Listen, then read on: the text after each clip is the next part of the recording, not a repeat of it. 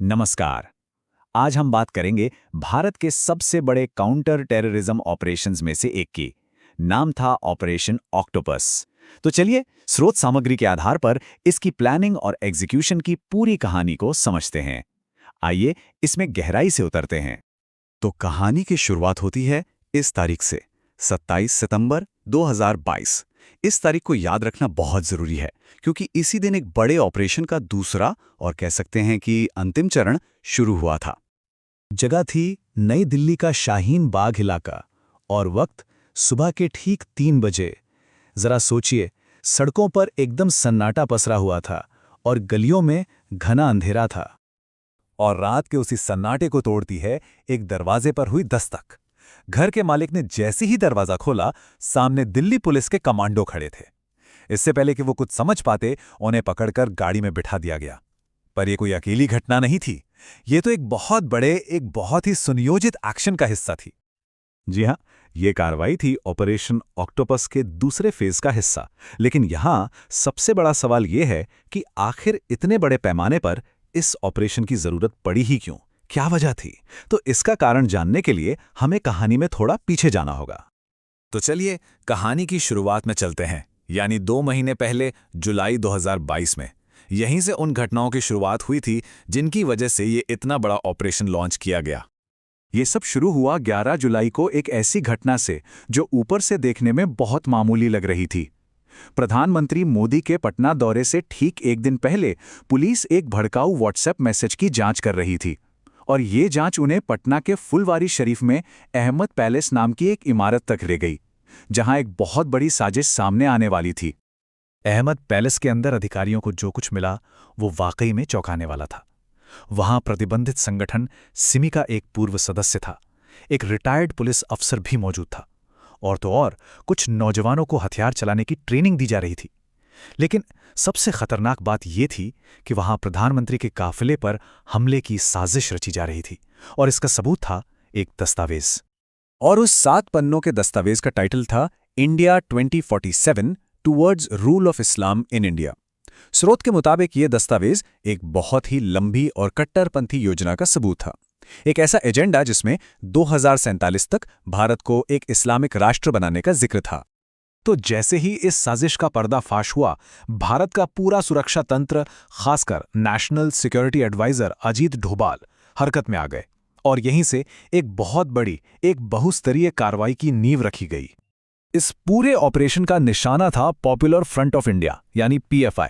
स्रोत के अनुसार पीएफआई ने खुद को दलित और अल्पसंख्यक अधिकारों के लिए लड़ने वाले एक सामाजिक संगठन के तौर पर पेश किया था, लेकिन असल में इसे प्रतिबंधित संगठन सिमी का ही एक नया रूप माना जा रहा था, जिसका इतिहास कथित तौर पर हिंसक गतिविधियों से जुड़ा हुआ था।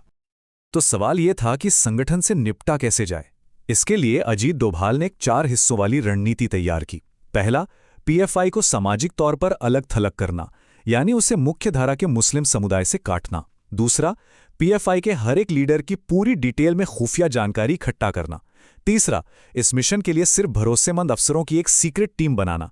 और चौथा और सबसे जरूरी, इस पूरे ऑपरेशन को पूरी तरह से गोपनीय रखना ताकि कोई भी जानकारी लीक ना हो। इस रणनीति को जमीन पर उतारने का काम बहुत ही सावधानी से और धीरे धीरे किया गया। जैसा कि हम इस टाइमलाइन में देख सकते हैं, 11 जुलाई को बिहार में साजिश का पता चलता है। फिर 30 जुलाई को पीएफआई को सामाजिक तौर पर अलग करने के लिए एक इंटरफेथ कॉन्फ्रेंस होती है।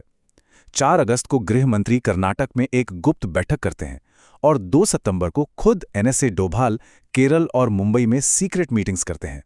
मतलब हर कदम बहुत ही नपातुला था। और फिर महीनों के इस मेटिकुलस तैयारी के बाद आखिरकार जमीनी कार्रवाई के लिए हरी झंडी दे दी गई। ऑपरेशन ऑक्टोपस अब शुरू होने के लिए पूरी तरह से तैयार था। ऑपरेशन का पहला फेज लॉन्च हुआ 22 सितंबर 2022 को। ये एक साथ पूरे देश में सुबह होने से ठीक पहले की गई एक बहुत बड़ी कार्रवाई थी। इस छापे को अंजाम दिया एनआईए और ईडी जैसी नेशनल एजेंसियों ने सीआरपीएफ के सपोर्ट के साथ। इस कार्रवाई का पैमाना कितना बड़ा था, ये इन आंकड़ों को देखकर समझा जा सकता है। एक ही दिन में 15 राज्यों में 93 ठिकानों पर छापे मारे गए और पीएफआई के 106 बड़े नेताओं को गिरफ्तार कर लिया गया। पर कहानी यहीं खत्म नहीं हुई। इसके ठीक 5 दिन बाद यानी 27 सितंबर को ऑपरेशन का दूसरा फेज शुरू किया गया। इस बार का मकसद था संगठन के बचे खुचे कमांड स्ट्रक्चर को निशाना बनाना, ताकि किसी भी तरह की जवाबी कार्रवाई की कोई गुंजाइश ही न बचे। इस दूसरे चरण में, जो कि राज्य पुलिस बलों ने लीड किया, 170 से भी ज्यादा और लोगों को गिरफ्तार किया गया।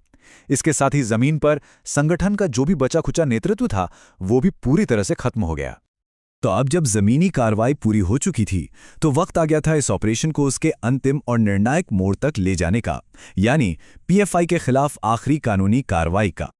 दूसरे छापे के ठीक अगले ही दिन 28 सितंबर 2022 को गृह मंत्रालय ने एक राष्ट्रव्यापी बैन का ऐलान कर दिया। पीएफआई को यूएपीए यानी अनलॉफुल एक्टिविटीज प्रिवेंशन एक्ट के तहत एक गैर कानूनी संगठन घोषित कर दिया गया। इस बैन का असर तुरंत और काफी बड़ा था। पीएफआई और उसके 8 सहयोगी संगठनों को 5 साल के लिए गैरकानूनी घोषित कर दिया गया। उनके सारे दफ्तर सील कर दिए गए, बैंक अकाउंट्स फ्रीज हो गए और सारी वेबसाइट्स ब्लॉक कर दी गईं। एक तरह से संगठन का पूरा ढांचा ही ठप पड़ गया। स्रोत के मुताबिक ये ऑपरेशन सुरक्षा एजेंसियों के लिए एक बहुत बड़ी कामयाबी थी। जैसा कि ये कोर्ट बताता है, वादा पूरा हुआ। 90 दिनों के भीतर एक भी गोली चलाए बिना एक बड़े खतरे को जड़ से उखाड़ दिया गया।